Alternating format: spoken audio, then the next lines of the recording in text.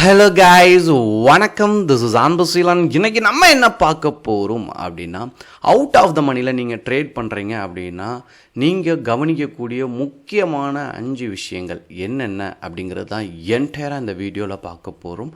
பிகினராக இருக்கிறீங்க அப்படின்னா ஸ்கிப் பண்ணாமல் எண்டு வரைக்கும் இந்த வீடியோவை பாருங்கள். பிகினராக இருக்கிறீங்க அப்படின்னா அவுட் ஆஃப் த மணி அப்படின்னு சொல்லும்போது உங்களுக்கு ஒரு சந்தோஷம் இருக்கும்.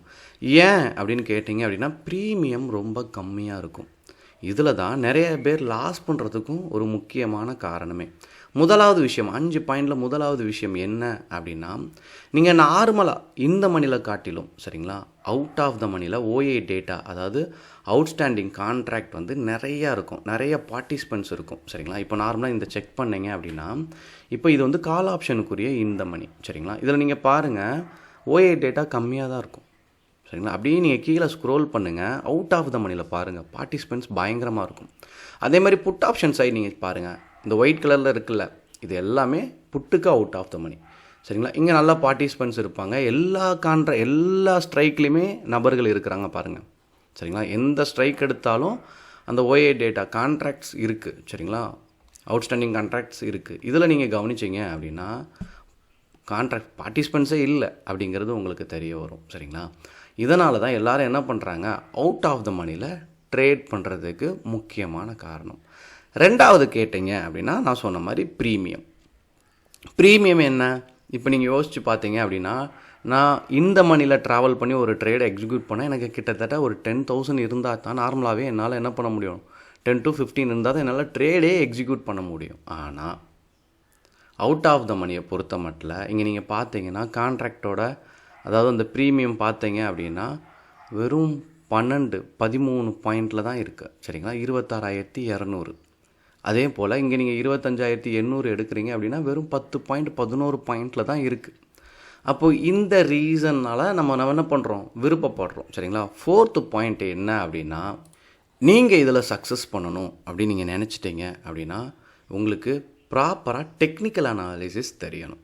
ஏன் அப்படின்னு கேட்டிங்க அப்படின்னா, without prediction you can success in stock market. உங்களால் சரியாக ப்ரிடிக்ட் பண்ண முடியலை அப்படின்னா கட்டாயமாக உங்களால் ஸ்டாக் மார்க்கெட்டில் ப்ராஃபிட் பண்ணவே முடியாது. அந்த ப்ரிடிக்ஷனுக்கு ரொம்ப முக்கியமானது என்ன அப்படின்னு கேட்டிங்கன்னா ட்ரெண்ட் லைன். ஸோ ட்ரெண்ட் லைனை நீங்கள் ப்ராப்பராக வரைய கற்றுக்குங்க. ஸோ இது ஒன்றும் பெரிய கடினம் இல்லை. நான் ப்ரீவியஸாக நிறைய வீடியோஸ் கொடுத்துருக்கேன் சரிங்களா. ஸோ நார்மலாக இப்போ நான் மந்த்லி டைம் ஃப்ரேம் போட்டிருக்கேன். நீங்கள் இந்த இடத்துல வந்து செக் பண்ணிங்கன்னா மார்க்கெட் எந்த வியூ நோக்கி போயிட்டுருக்கு அப்படிங்கிறது நமக்கு ஒரு பிம்பம் கிடைக்கும் சரிங்களா. இன்னொன்று, இதை சரியாக நீங்கள் வரையும் பட்சத்தில்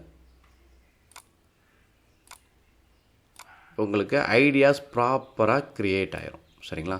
ஸோ பாடிக்கும் ட்ராவல் பண்ணி நீங்கள் வரைகிறீங்களா இல்லை விக்குக்கு வரைகிறீங்களா அப்படிங்கிறது ட்ரெண்ட் லைனை பொறுத்த மட்டும் தெளிவாக இருக்கணும். ஸோ விக்லேருந்து வரைகிறது நல்லது. அடுத்த லைனை இந்த பாடியில் கொண்டு வந்து, அதாவது ஃபஸ்ட் லைனை வந்து நீங்கள் விக்கில் கொண்டு வந்துடுங்க சரிங்களா. செகண்ட் லைனில் என்ன பண்ணுங்கள், அதனுடைய பாடிக்கு கரெக்டாக வைங்க. அது கீழே இருக்க பாடிக்கு கரெக்டாக வச்சிங்கன்னா உங்களால் ஐடென்டிஃபை பண்ண முடியும் இன்னும் மார்க்கெட் கொஞ்சம் மேலே போகும் அப்படிங்கிறது.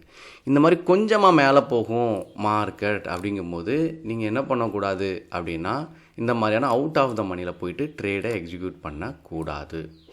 இங்கே எல்லோரும் என்ன பண்ணுவாங்க, பலதரப்பட்ட மக்கள் என்ன பண்ணுறோம் அப்படின்னா, ஹீரோ, அதாவது 0 to ஹீரோ அப்படின்னு சொல்லுவாங்க.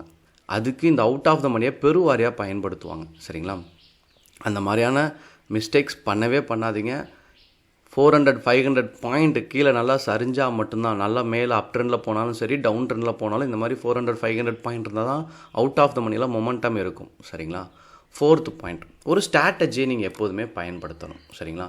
இப்போ நான் ஸ்ட்ராடில் உங்களுக்கு நான் சொல்கிறேன் சரிங்களா, லாங் ஸ்ட்ராடில். இப்போ நான் என்ன வச்சுருக்கேன், கால் ஆப்ஷனோட ப்ரீமியம் பார்த்துட்டிங்க அப்படின்னா 12 சரிங்களா. அதேமாதிரி புட் ஆப்ஷன் பார்த்தீங்கன்னா 10.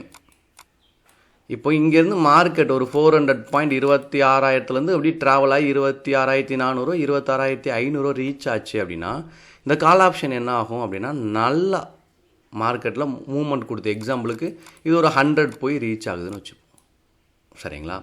இங்கே நீங்கள் கவனிச்சிங்கன்னா 0க்கு கீழே போகிற 0க்கு கீழே போகாது, அதனால் இங்கே 0 தான் ஆகும். 10 பாயிண்ட்ஸ் இங்கே லாஸ் வரும். இங்கே 12லேருந்து 100 போயிடும். அப்போ இதை கழிச்சிங்கன்னா 10 கழிச்சிங்கன்னா 90 பாயிண்ட் ப்ராஃபிட் வரும். இது இந்த மாதிரியான ட்ரமாஸ்டிக் சேஞ்ச் இருக்குது அப்படின்னா நடக்கும் சரிங்களா. 5th ரொம்ப வேலிடான பாயிண்ட் என்ன அப்படின்னா, ஆப்ஷனோட இதுவே வரப்பிரசாதமே என்ன அப்படின்னு கேட்டிங்க அப்படின்னா ஹெட்ஜிங் தான். ஸோ உங்களுக்கு ப்ராப்பராக ஹெட்ஜிங்கை பற்றி தெரியணும், சரிங்களா?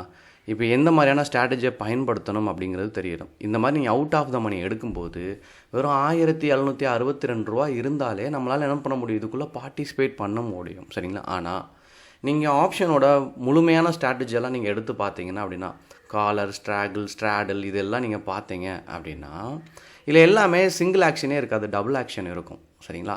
நீங்கள் இந்த மணியோ அட் த மணியோ ஏதோ ஒன்று அவுட் ஆஃப் த மணியோ அதில் காலையோ புட்டை ஏதோ ஒன்று செல் பை அந்த மாதிரி தான் இருக்கும். ஏன் அப்படின்னா நீங்கள் அந்த புரிதலுக்குள்ளே போகும்போது தான் 2 ஆக்ஷன் பண்ணும்போது தான் சக்ஸஸ் அப்படிங்கிறத உங்களால் கொண்டு வர முடியும். கன்சிஸ்டன்சி, அதாவது ப்ராஃபிட்டை உங்களால் தொடர்ந்து மேக் பண்ண முடியும். சின்ன சின்ன ப்ராஃபிட்டாக இருந்தாலும் தொடர்ச்சியாக வரும், சரிங்களா? எங்கே ரிஸ்க் எடுக்கணும் அப்படிங்கிறதுல உங்களுக்கு தெளிவான பிம்பம் இருந்துச்சுன்னா you will become a good trader. உங்களுக்கு என்ன டவுட் இருந்தாலும் கமெண்ட் பண்ண மறந்துடாதீங்க. Okay guys, thank you so much, பாய்.